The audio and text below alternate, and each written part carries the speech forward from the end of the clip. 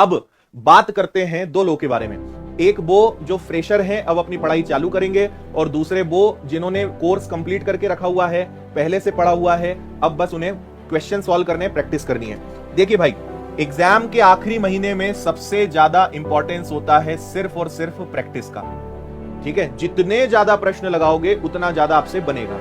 अब मान लीजिए आप फ्रेशर हैं, तो पहले इनकी बात कर लेते हैं। आपको मैंने इंपॉर्टेंट टॉपिक और इंपॉर्टेंट सब्जेक्ट बताया, आपको खुद समझ में आ रहा होगा कि जरूरी क्या है। भाई इतिहास अपने आप में 4 महीने का है, सवाल कितने आएंगे? 2 आएंगे।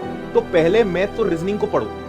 ठीक है, पहले मैथ्स और रीजनिंग को पढ़ो, उसमें भी जो इंपॉर्टेंट चैप्टर्स है वो पढ़ो। तो आपको सबसे पहले क्या करना है कि जो भी इंपॉर्टेंट टॉपिक्स हैं, मैं फिर बोल रहा हूं पढ़ना सब है, लेकिन 1 महीने में आप सब नहीं पढ़ पाएंगे। अगर आपने पहले कभी पढ़ाई नहीं करी है तो आपकी मजबूरी है कि आपको पहले इंपॉर्टेंट चैप्टर्स पढ़ने पड़ेंगे। तो सबसे पहले वीडियोज या क्लासेस के माध्यम से उन चैप्टर्स के बेसिक देखिए और फिर आप उनकी प्रैक्टिस करिए।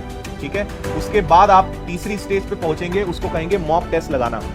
अगर आपका बेसिक कंप्लीट है तो फिर मेरा जो प्रैक्टिशनर जितने स्टूडेंट्स हैं हमारे, है ना, जनरली डॉक्टर्स वकील्स के लिए जो है यूज होता है प्रैक्टिशनर शब्द, लेकिन मुझे कोई शब्द नहीं मिल रहा था उन लोगों के लिए जो अनुभवी लोग हैं, काफी सारी परीक्षाएं दे चुके हैं, बेसिक कंप्लीट है, तो मैंने आज से उन लोगों को नाम दे दिया है प्रैक्टिशनर। ठीक है, तो आप लोगों को केवल उन टॉपिक्स पे काम करना है जो टॉपिक आपके वीक हैं, उन पर काम करिए।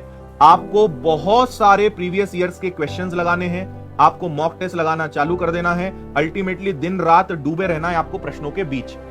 मॉक टेस्ट लगाओ, ऑनलाइन लगाओ, एफएलटी लगाओ, कुछ भी करो। ठीक है, आप जो भी अभी अपनी पटवारी की परीक्षा हुई, आबकारी आरक्षक, ये तो सब, ये बहुत जरूरी है आबकारी, क्योंकि कई सारे प्रश्न उसी प्रकार के, उसी पैटर्न के रिपीट मारेंगे, संख्याएं बदल के, कंपनी वही है ना।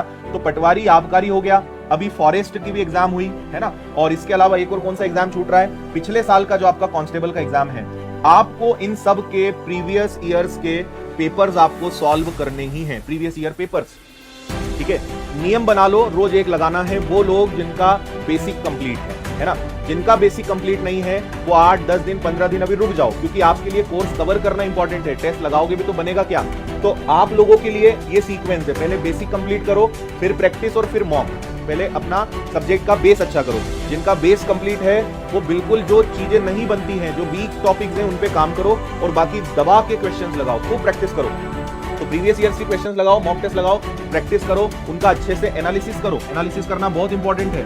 और एक चीज आप सब ये समझें कि मैथ्स के अंदर एक ही चैप्टर से, एक ही टाइप से कितने भी प्रकार के प्रश्न पूछे जाने की संभावना होती है। अपने कंसेप्ट्स पर जो हमने आपको पढ़ाया है, जो चीजें आपको बताई है, या जितना आपको आता है, सबसे पहले उस पर भरोसा रखिए।